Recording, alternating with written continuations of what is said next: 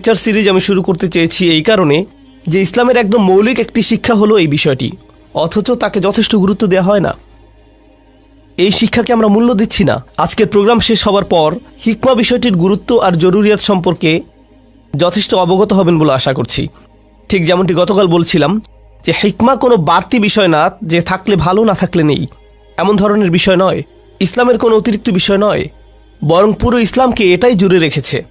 হিকমা শব্দটি ক্রিয়া ইহকামের সাথে সম্পৃক্ত। ইহকাম হলো কোনো দুটো জিনিসকে সেলাই করে শক্ত করে একত্রে বেঁধে ফেলা। আল্লাহ ঠিক এই অর্থেই কোরআনে বলেছেন উহকিমাত আয়াতুহু, একই মূল হতে কোরআনের আয়াতগুলো সেলাই করে দেয়া, অর্থাৎ কোরআনের আয়াতগুলো এমনভাবে আমাদের দেখতে হবে যেন সেগুলো একে অপরের সাথে বাঁধাই করা। আরবিতে ইহকাম অর্থ হলো কোনো দড়ি দিয়ে সেটাকে শক্ত করে বেঁধে ফেলা। আর কোনো জিনিস যা ভালোভাবে সুরক্ষিত আছে তাকে বলে মুস্তাহকাম। মুস্তাহকাম বলে একে। এখান থেকেই হুকুম শব্দটির ধারণাটি এসেছে, যার মানে হলো খুব ভেবে চিন্তে রায় দেয়া। এখান থেকে প্রজ্ঞার ধারণাটিও আসে, অর্থাৎ সুরক্ষিত ও নিরাপদ জ্ঞান ও চিন্তা, মানে খুব আগপিস চিন্তা ভাবনা করে কিছু ঠিক করা। এটা এমন কোনো অনুভূতি না যে মনে হলো আর করে ফেললাম। আমাদেরকে আজকাল যা বলা হয় সেটা পুরোই উল্টো। মনের কথা শোনো, নিজের অনুভূতিকে অনুসরণ করো, তোমার সত্যের সাথে যাও। কিন্তু এসি কাজ করছে কি করছে না সেটার সাথে তো তোমার সত্য ঘন্টায় ঘন্টায় বদলে যায়, সেটার কি হবে? তো তোমার সত্যের পেছনে ছোট কথাটি হলো হিকমতের পুরোই উল্টো। হিকমা মানে হলো আমি একটি সিদ্ধান্ত নিয়েছি, এখন অবস্থা সহজ হোক কি কঠিন আমি সিদ্ধান্ত অটল থাকব। যে কারণে আমি ভূমিকার কথাগুলো আবারও বলছি, সেটা হলো, যদিও এটা নিয়ে এখানে বিস্তারিত আলোচনা করতে পারবো না, তবে আমার সূরাতুল জুমার লেকচারে সেটা পাবেন। বিষয়টি হলো হাজারো বছর আগে ইব্রাহিম আলাইহিস সালাম কাবা নির্মাণ করেছিলেন। কাবা নির্মাণ শেষে পুত্র ইসমাইলকে সাথে নিয়ে তিনি দোয়া করেছিলেন যেন লোকেরা এই ঘরের দিকে আসে, এখানে এসে ইবাদত করে, কারণ এই ঘর একমাত্র সত্য খোদা আল্লাহর ইবাদতের জন্যই নির্মিত হয়েছে। এরপর দোয়া করলেন যেন তার সন্তানদের মধ্য হতে, অর্থাৎ তার পুত্র ইসমাইলের ঔরস হতে যেন একজন রাসূল আসে। হে আল্লাহ, আমার সন্তানদের মধ্য হতে একজন রাসূল পাঠান ইসমাইলের ধারা থেকে। কারণ ইব্রাহিম আলাইহিস সালামের তো আরেকজন পুত্র ছিল ইসহাক, আর ইসহাক থেকে এসেছেন ইয়াকুব, ইয়াকুব থেকে ইউসুফ, এরপর আরও অনেক অনেক অনেক। অন্যদিকে ইব্রাহিম আলাইহিস সালামের বড় পুত্র ইসমাইল তিনি বলছেন, হে আল্লাহ, একজন রাসূল পাঠান আমার সন্তানদের মধ্য থেকে। সেই রাসূল কি করবেন? ইয়াতলু আলাইহিম আয়াতিকা, তাদের কাছে আপনার আয়াত পাঠ করবেন। ওয়া ইউআল্লিমুহুমুল কিতাবা ওয়াল হিকমা, আর তিনি তাদেরকে শেখাবেন কিতাব। আর কি শুনতে পেলেন আপনারা? আর হিকমা মানে প্রজ্ঞা।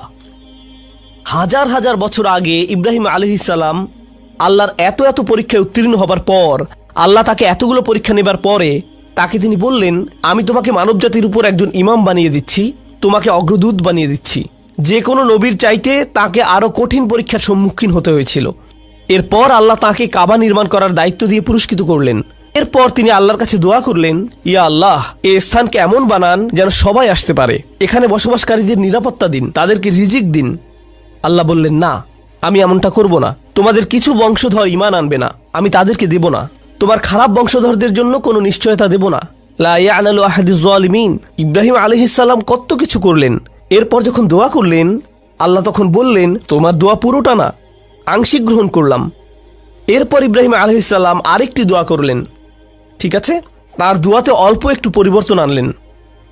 সেখানে হালকা পরিবর্তন আনতে আনতে দোয়ার সর্বশেষ ভার্সন হলো। এরপর আল্লাহ সেটা গ্রহণ করলেন।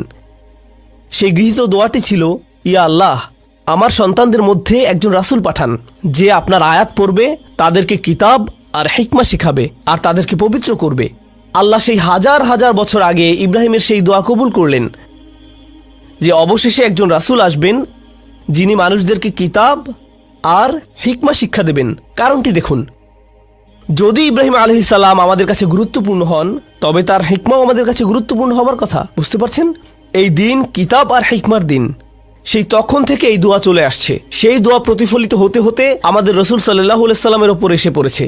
অতএব আল্লাহ বলছেন, আল্লাহ মুমিনদের উপর অনুগ্রহ করলেন, লাকাদ মান্নাল্লাহু আলাল মুমিনিন ইয বাআসা ফীহিম রাসূলাম মিন আনফুসিহিম, যখন তিনি তাদের মধ্য হতে একজন রাসূল পাঠালেন, ইয়াতলু আলাইহিম আয়াতিহি ওয়া ইউযাক্কিহিম ওয়া ইউআল্লিমুহুমুল কিতাবা ওয়াল হিকমা, যিনি তাদের কাছে তার আয়াত পড়েন, তাদেরকে পবিত্র করেন, অর্থাৎ কিতাব আর তাদের হিকমা শিক্ষা দেন।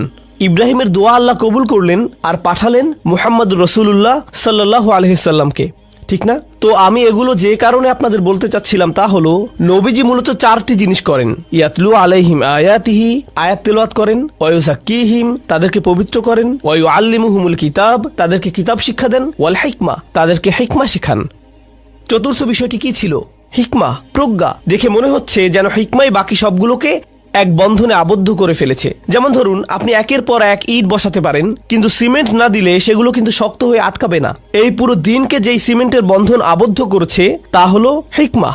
হিকমাই সবকিছুকে একত্রে বাঁধছে। তাছাড়া এর অর্থই তো হলো যা কিছুকে বেঁধে ফেলে, সুরক্ষিত করে। আর তাই আমরা হিকমাকে মূল্য না দিলে দিনের অন্যান্য অংশগুলো খুলে খুলে পড়তে থাকে, আলাদা হয়ে যেতে থাকে। কিছু মানুষ তো থাকে যে এই ইট ধরে বসে থাকে, কেউ ওই ইট ধরে বসে থাকে, আবার কেউ আরেক ইট ধরে। বুঝতে পারছেন? এরপরে দিনের কি হয় বলুন তো? কিছু মানুষ শুধু আয়াত তেলাওয়াত করে, তারা শুধু আয়াত পড়ে যায়। দিন নিয়ে, ধর্ম নিয়ে তাদের আর কোনো সম্পর্কই নেই, শুধু পড়ে যাওয়া ছাড়া। আরেক দল বলে আমরা শুধু নিজেদের তাজকিয়া করতে চাই, নিজের অন্তর পবিত্র করতে চাই, এটাই শুধু চাই আমি, আর কিছুই না, আর কোনো কিছুরই দরকার নেই। আরেক দল বলেন না, আপনাকে ফিকহ শিখতেই হবে, আপনার আইন কানুন জানতেই হবে, ধর্মের পুরোটাই ফিকহ, শুধু নিয়ম কানুন, নিয়ম কানুন ব্যতীত আর কিছুই নেই ধর্মে। একদল এই অংশ নেয়, আরেক দল আরেক অংশ নেয়। কিন্তু হিকমা কি করে? এই সবগুলোকে একত্র করে আবদ্ধ করে। এভাবে ইসলামের সকল শিক্ষার মধ্যে ভারসাম্য তৈরি করে হিকমা। এজন্যই হিকমা এত গুরুত্বপূর্ণ।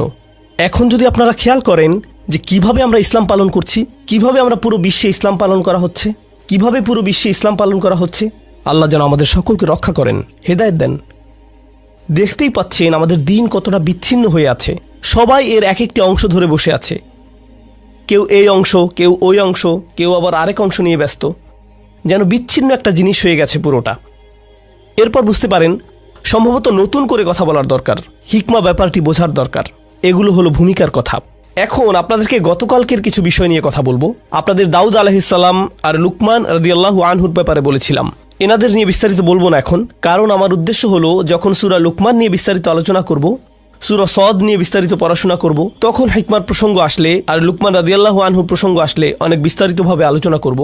কিন্তু আপাতত আলোচনার জন্য আপনাদের যেটা জানাতে চাই তা হলো, দাউদ আলাইহিসসালাম থেকে আমরা শিখতে পেলাম যে জীবনের অভিজ্ঞতাগুলো নিয়ে সিরিয়াসলি চিন্তাভাবনা করা উচিত। আপনাদের জীবনে যা যা হয়েছে সেখান থেকে শিখতে হবে, পৃথিবীটাকে পর্যবেক্ষণ করতে হবে, পৃথিবীতে কি হচ্ছে সেটা সম্পর্কে আপনাকে জানতে হবে। পৃথিবীতে কি হচ্ছে সেটা তিনি যদি না জানতেন তাহলে কখনোই ওয়া ইন্না কাসীরাম মিনাল খুলাতা লা ইয়াবগি বা'দুহুম আলা বা'দ বলতে পারতেন না। এভাবে তিনি বলতে পারতেন না। তার চারপাশের পৃথিবীর পর্যবেক্ষণটাই হলো এটা। তাহলে আমাদের জন্য এটার অর্থ কি? এর মানে কিন্তু এটা নয় যে আমি শুধু যে কোনো ইসলামিক বই নিয়ে সেটা পড়া শুরু করব, ইসলামিক ফিকহ শিখব অথবা তাজউইদ শিখব, পুরো কোরআন হিফজ করে ফেলবো। কিন্তু এগুলোর সাথে প্রজ্ঞার ব্যাপারটি তালাশ করাটাও খুবই জরুরি। আবার প্রজ্ঞা তালাশের সাথে সাথে অন্যান্য জিনিস কি জানেন? সমাজবিজ্ঞান, রাষ্ট্রবিজ্ঞান, ইতিহাস, নৃবিজ্ঞান, বৈশ্বিক অর্থনীতি, আন্তর্জাতিক সম্পর্ক, আইন, নীতিশাস্ত্র, মনোবিজ্ঞান সহ আরও অনেক কিছুই। এই সবই এখন হিকমত খোঁজার সাথে সম্পর্কিত। বুঝতে পারছেন? বিষয়টা বোঝা কিন্তু খুব জরুরি। কারণ এখন অনেকেই বলেন আমি তো শুধু দিন শিখতে চাই, দুনিয়া শিখতে চাই না। আরে এই কথাটাই তো প্রজ্ঞাহীনতা। কোরআনের হিকমার বুঝ নেই বলেই তারা এমন কথা বলতে পারে। বুঝতে পারছেন? এটা এক নম্বর। দ্বিতীয়টি হলো আধ্যাত্মিক এবং নৈতিক নীতিগুলো নিয়ে চিন্তা করা। এটা লুকমানের শিক্ষায় আছে। আল্লাহ লুকমানের ঘটনায় আমাদের কি শিক্ষা দিয়েছেন? যদি কেউ খুব গভীরভাবে চিন্তা করে তবে বুঝতে পারবে যে ঈশ্বর বলে একজন আছেন। তখন তার দায়িত্ব হলো ঈশ্বরের প্রতি কৃতজ্ঞ হওয়া।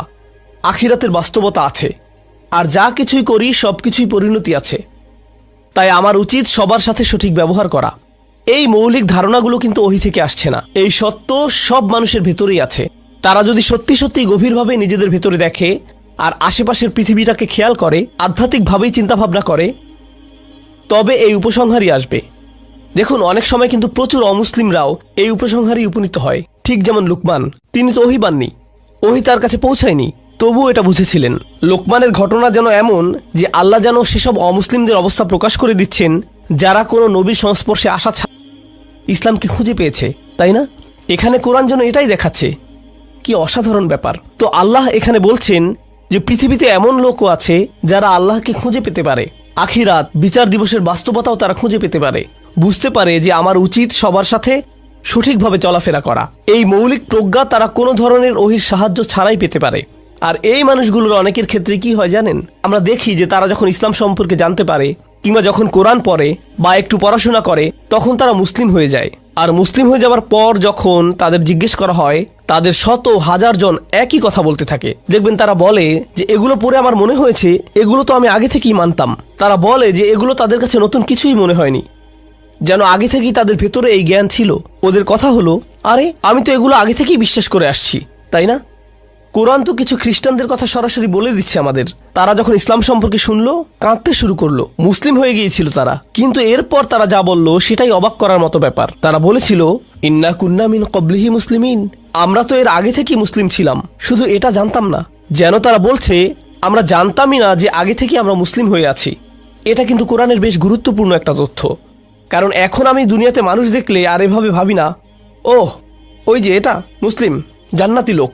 এরপর কোনো অমুসলিমকে দেখলেন দোকানে, ওই যে জাহান্নামী জাহান্নামী জাহান্নামী, তাই না?